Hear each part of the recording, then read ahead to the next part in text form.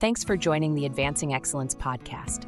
In this episode, AOE President Kimberly Kayler shares tips on how to navigate pressures to comment on everything from the latest executive orders coming out of Washington, D.C., to social justice topics and more. Like all communication efforts, understanding your audiences, key messages, and developing a strategy is key. Join me as we begin the podcast.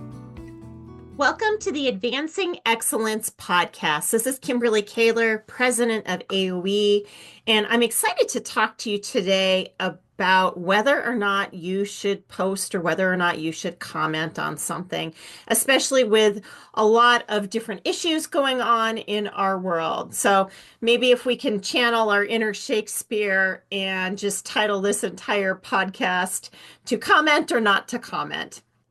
So the reason for this podcast and the reason that I wanted to actually spend some time talking about it is I'm starting to get a lot of questions, no different than we did during the pandemic, in terms of should we make a statement as an organization related to maybe an executive order that's come out of Washington, D.C., or something that's happening from a social justice standpoint, something that's happening in our communities.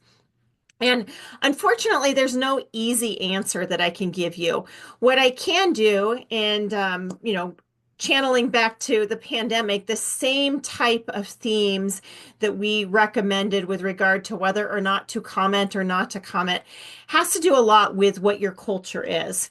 So the first thing to do is not to be rushed into any sort of comment. Let's just take, for example, tariffs and the new executive orders related to that and how that may impact your supply chain, how that may impact your industry, your organization, if you're an association, maybe your membership, and how it could impact their job sites, for example, their supplies, etc.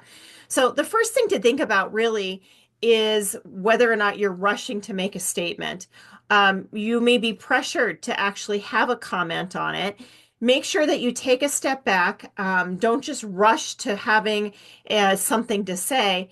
Make sure that you have actually outlined what your strategy is. So what are you communicating? All those same things that we know in any form of communication apply here. What are the do's and the don'ts related to the discussion? What is the deliberate strategy in terms of what you actually want to share? What does a smart and explicit strategy look like? So keeping that in mind, you can outline what are the key issues. And then one of the things that you must consider is that you may not have all of the answers. So for example, if we're still building out the tariff issue, you may not have all the answers related to how it's going to impact your organization, how it's going to impact your membership.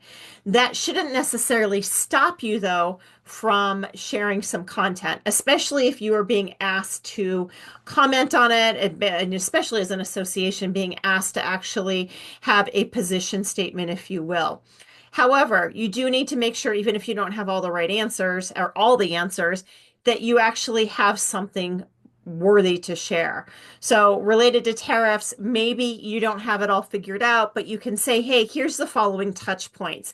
This is what we know so far.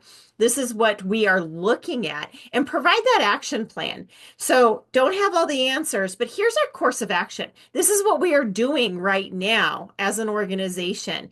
So whether you are communicating with your clients or whether you're communicating with your membership, detail, this is what we know.